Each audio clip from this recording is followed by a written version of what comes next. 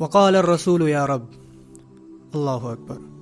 وہ کیا ہی سچویشن ہوگی جب رسول اللہ صلی اللہ علیہ وسلم خود اللہ تعالیٰ سے مخاطب ہوں گے اور کہیں گے کہ یا رب ان قوم اتخذوا هذا القرآن مہجورا. میری اس قوم نے، کوئی شک نہیں، انہوں نے اس قرآن کو، هذا القرآن، اور یہاں اللہ نے لفظ هذا استعمال کیا، ذالک نہیں. جب آپ شروع سے قرآن مجید پڑھنا شروع کرتے ہیں سورہ بقرہ سے، الف لام میم ذالک الکتاب لا ریب فیہ، یہاں اللہ نے یہ نہیں کہا کہ ذالک القرآن، یہاں اللہ نے فرمایا ھذا القرآن، ھذا للقریب. یہ قرآن آپ کے بالکل پاس تھا، آپ کے بالکل سامنے تھا، لیکن تب بھی آپ نے اس کو سیریسلی نہیں لیا. اور پھر رسول اللہ صلی اللہ علیہ وسلم قیامت الدین اللہ سے شکایت کریں گے کہ میری قوم نے اس قرآن کو، نہ کہ اس قرآن کو، اس قرآن کو. اور ایک اور فائدہ بھی ہوا یہاں پہ لفظ ھذا استعمال کرنے کا، بلاغی فائدہ، کہ لفظ ھذا اس آیت میں کہ قرآن مجید کو قیامت الدین ہمارا شاہد گواہ بنا کر پیش کیا جائے گا. جیسے عدالت میں آپ گواہ لاتے ہو اور پھر ثبوت لاتے ہو، اور پھر ان ثبوتوں کی بنا پہ آپ کہتے ہو کہ یہ ثبوت ہے اور یہ انسان مجرم ہے.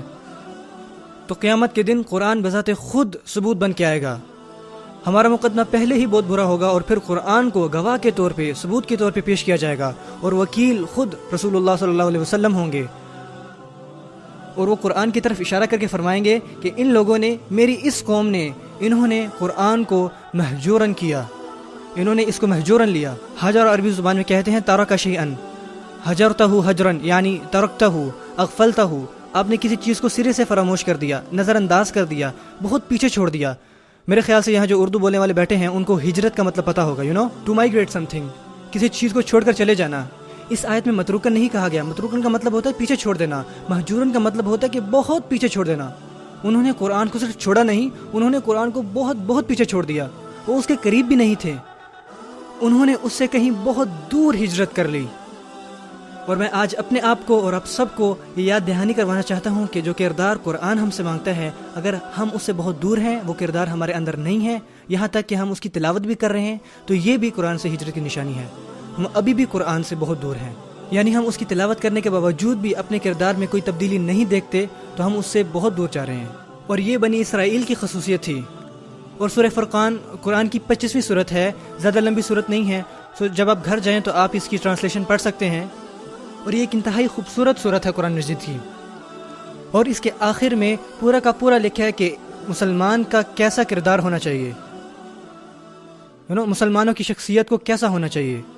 اور یہ تب کیوں کہا گیا جب رسول اللہ صلی اللہ علیہ وسلم نے شکایت کی کہ لوگوں نے قرآن کو چھوڑ دیا ہے. کیونکہ جو انسان قرآن کو نہیں چھوڑتا اس کی شخصیت دوسری قسم کی ہوتی ہے. ان کی شخصیت، ان کے کردار الگ ہوتے ہیں، ان کے اعمال کچھ اور ہوتے ہیں، حتیٰ کہ وہ کس کے ساتھ رہتے ہیں وہ بھی مختلف لوگ ہوتے ہیں. وَإِذَا مَرُّوا بِاللَّغْوِ مَرُّوا كِرَامًا، سیم صورت میں ہے. جب وہ غیر ضروری مکالموں کے پاس سے گزرتے ہیں تو وہاں سے مہذب طریقے سے گزر جاتے ہیں، وہ اس میں الجھتے نہیں ہیں، وہ فضول محفلوں میں نہیں پڑتے.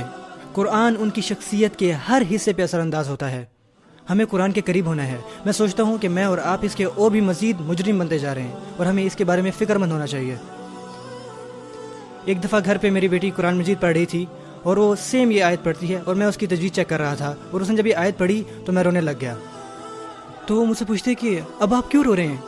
میں نے کہا کیونکہ جو اللہ نے یہاں فرمایا ہے. اس نے پوچھا کہ اللہ نے یہاں کیا فرمایا ہے؟ میں نے کہا کہ وہ کہہ رہے ہیں کہ رسول اللہ صلی اللہ علیہ وسلم کچھ لوگوں کے بارے میں شکایت کریں گے جنہوں نے قرآن کو چھوڑ دیا ہوگا. تو اس نے کہا کہ پر ہم نے تو قرآن نہیں چھوڑا، ہم تو پڑھ رہے ہیں. اور میں نے کہا کہ بیٹا اگر یہ صرف پڑھنے کے بارے میں ہوتا تو زیادہ آسان ہوتا. یہ صرف پڑھنے کے بارے میں نہیں ہے، ہمیں اس کتاب سے محبت ہونی چاہیے. کیا ہم یہ ثابت کر سکتے ہیں کہ ہم اس قرآن سے زیادہ محبت کرتے ہیں اس نئی مووی کے مقابلے میں جو آتی ہے، یا کسی ویڈیو گیم کے مقابلے میں؟ کیا ہم اس کے ساتھ زیادہ وقت گزارتے ہیں؟ کیا ہم ایسا بننا چاہتے ہیں کہ جیسے یہ قرآن ہمیں بننے کو کہتا ہے؟ لڑکی اس طرح مضبوط پہاڑ کی طرح دکھنا چاہتے ہیں جیسا وہ ان تصویروں میں دیکھتے ہیں. وہ لڑکیاں کسی اور کی طرح دکھنا چاہتی ہیں. لوگ ایک دوسرے کی طرح پیسہ کمانا چاہتے ہیں، لوگ ان کو ایڈلائز کرتے ہیں. لیکن کون آپ صلی اللہ علیہ وسلم کی سنتوں پہ عمل کرنا چاہتا ہے، جن کی زندگی ہمارے لیے ایک بہترین مثال ہے؟ آج کا ہر نوجوان سونے سے پہلے یہی سوچتا ہے کہ یار کاش کہ میرے پاس 6 پیکس ہوتے. اور یہ کبھی کوئی نہیں کہتا کہ یار کاش کہ میرے پاس زیادہ سنتی ہوتی ہیں آپ صلی اللہ علیہ وسلم کی. کون ایسا کہتا ہے؟ اور کیسے ہم اس کو نہیں چھوڑے؟ ہمیں ایسے لوگوں جیسا ہونا چاہیے جو قرآن کی طرف واپس آتے ہیں. سیریسلی اللہ ہمیں اس کتاب سے محبت کرنے والا بنائے اور اسے ہماری زندگی کا ایک بڑا حصہ بنائے، تاکہ اس کتاب کی برکت سے ہر چیز ہماری زندگی میں رحمت لائے. اللہ مسلمانوں کو اس کتاب کو سمجھنے کی توفیق دے جیسا کہ سمجھنے کا حق ہے. اور اللہ آپ کو بہتر والدین بننے کی توفیق دے، جو اس کتاب سے محبت کرتے، اسے سمجھتے، بلکہ اپنے بچوں کو یہ پڑھانے کی صلاحیت رکھتے ہیں تاکہ آپ کے بچے قیامت کے دن آپ کے حق میں گواہی دے سکیں۔ اللہ مسجدوں اور مدرسوں کو جہاں یہ بچے قرآن حفظ کرتے ہیں انہیں نہ صرف یہ حفظ کروانے بلکہ انہیں اس کا ہر لفظ سمجھانے میں بھی مدد کرے، اور اس کے ساتھ زندگی گزارنے اور نماز میں نہ صرف اپنی زبانوں سے بلکہ اپنے دل سے پڑھنے کی توفیق عطا فرمائے۔ اللہ ہمیں ان لوگوں میں سے بنائے جو واقعی قرآن کے ساتھ جیتے ہیں اور قرآن ان کے دل میں موجود رہتا ہے۔ بل ہوا آیات بینات فی صدور الذین اوتوا العلم، یہ آیات ہیں جو ان کے دلوں میں رہتی ہیں جنہیں علم عطا کیا جاتا ہے۔ اللہ ہمارے دلوں میں اسے پیوست کر دے۔